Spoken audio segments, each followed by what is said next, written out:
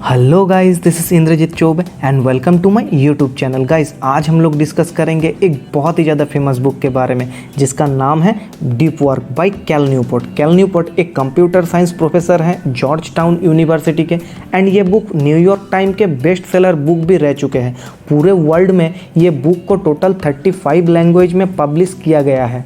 Author ने इस book में कोई भी काम को दो पार्ट में डिवाइडेड किया है। तो number 1 deep work and number 2 shallow work. Deep work मतलब आप जब लाइफ में कोई भी काम को डिस्ट्रैक्शन फ्री होकर करते हैं तो आपका कंसंट्रेशन आपको सक्सेस की एंड लेवल तक पहुंचाने के लिए मजबूर कर देता है। आपसे ली गई इस एफर्ट से नया value create and skill improvement होता है। आजकल के टाइम पे डीप वर्क बहुत रेयर है क्योंकि ये कॉपी करना इम्पॉसिबल है। अब हम लोग डिस्कस करेंगे सैलो वर्क के बारे में। सैलो वर्क मतलब अनस्टेबल वर्क को इंडिकेट करता है। आप जब डिस्ट्रैक्शन एनवायरनमेंट में खुद को रख के कोई भी प्रोजेक्ट में काम करते हैं तो उस टाइम कोई भी नया वैल्यू क्रिएट नहीं होता है। और आजकल की पूरी वर्ल्ड के मैक्सिमम लोग ये प्रोसेस को फॉलो करके काम कर रहा है। तो अगर हमें अपने लाइफ में कोई भी काम से मीनिंगफुल एंड वैल्यूएबल रिजल्ट को क्रिएट करवाना है तो अकॉर्डिंग टू ऑथर ये 4 अप्रोच है जो इसमें से आपको कोई एक अप्रोच को चूज करना ही होगा। नंबर 1 मोनेस्टिक फिलोसफी मतलब मॉन्क फिलोसफी को इंडिकेट करता है। इस अप्रोच में आप हर तरह की डिस्ट्रैक्शन से खुद को दूर लेके जाना होगा जैसे कोई भी मोनेस्ट्री के मॉन्क करते हैं।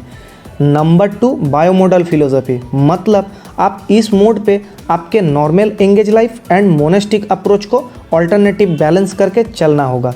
Number 3 rhythmic philosophy. इस अप्रोच में आपको डीप वर्क करने में कोई भी एक फिक्स टाइम को चूज़ करना होगा। एग्जाम्पल, मैं पर्सनली हर मॉर्निंग पे 5 से 8 बजे तक अपने लाइफ के सबसे मीनिंगफुल काम को डेली करता हूँ क्योंकि मॉर्निंग के टाइम पे हम सब सबसे ज़्यादा एनर्जेटिक एंड पूरे वर्ल्ड से डिस्ट्रैक्शन से दूर रहते हैं। Number 4 journalistic philosophy. यह ऑथर के मेन अप्रोच है। इस अप्रोच में आपको काम के शेड्यूल में जब भी टाइम मिले तभी डीप वर्क करना होगा जैसे एक जर्नलिस्ट करता है। लेकिन गाइज, इस पॉइंट पे मेरे एक पर्सनल पॉइंट ऑफ व्यू है जो मुझे लगता है इस अप्रोच को आप तभी अच्छे से अप्लाई कर पाएंगे जब आप ये पहले 3 मॉडल में से किसी भी एक मॉडल में मास्टर बन जाने का बाद।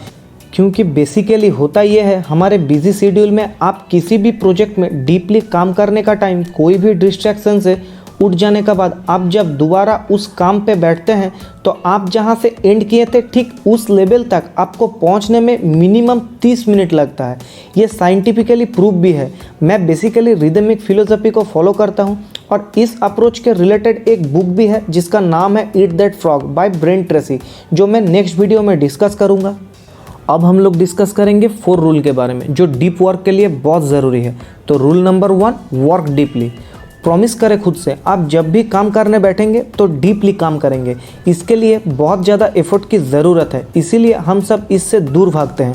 हमारे डेली लाइफ में डीप वर्क को कंटिन्यू करने के लिए हमें एक ऐसा routine, environment and ritual create करना होगा जो हमारे लिए चीज़ों को और ईजी बना दे।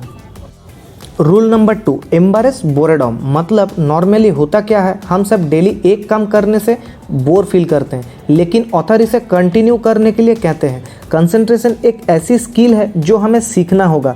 आपके डीप वर्क के बाहर आपकी कंसंट्रेशन को ध्यान रखना बहुत ज़रूरी है। अगर आप डे बाय डे लाइफ में कोई भी छोटी सी प्रॉब्लम को लेके आप डिस्ट्रैक्ट होते हैं तो आपको डीप वर्क के लिए बहुत ज़्यादा मेहनत करना होगा। इससे great martial art Bruce Lee ji के एक फेमस कोट याद आ जाता है, I fear not the man who has practiced 10,000 kick once, but I fear the man who's practiced one kick 10,000 times। मतलब मैं उस आदमी से नहीं डरता जिसने एक बार 10,000 किक का प्रैक्टिस किया, बल्कि मैं उस आदमी से डरता हूँ जिसने 10,000 टाइम एक किक को प्रैक्टिस किया। Rule number 3 quit social media. Social media आपके सैलो लिविंग के सबसे बड़ा एग्जाम्पल है। इसका मतलब ये नहीं कि सोशल प्लेटफॉर्म यूज़ करना नहीं चाहिए, लेकिन आप अगर रिपीटेडली बिना कोई कारण के सोशल प्लेटफॉर्म पर आने की ज़रूरत महसूस करते हैं तो आप सोशल मीडिया के एडिक्टेड बन चुके हैं और इससे आप डीपली काम भी नहीं कर सकते। अब हम लोग डिस्कस करेंगे 4th रूल के बारे में, ड्रेन द सैलो मतलब आपको अपने लाइफ के एम, गोल एंड पर्पस को क्लियर रखना होगा। और उसके अकॉर्डिंग जितना हाई वैल्यू क्रिएट करने वाला टास्क है उसे उसके लिए डेली एक स्पेसिफिक टाइम निकाले एंड आपके जितने लेस वैल्यू क्रिएट करने वाला काम है उसे धीरे धीरे कम करते रहिए। अगर इस बुक को 3 सेंटेंस में रिव्यू किया जाए तो नंबर 1, कोई भी नया काम को क्विक एंड क्वालिटी का साथ करने के लिए हमें डीप वर्क करना चाहिए। नंबर 2, कोई भी कॉम्प्लिकेटेड काम को क्विक सीखने के लिए आपको हर तरह के डिस्ट्रैक्शन से दूर होकर डीप फोकस के साथ काम करना होगा।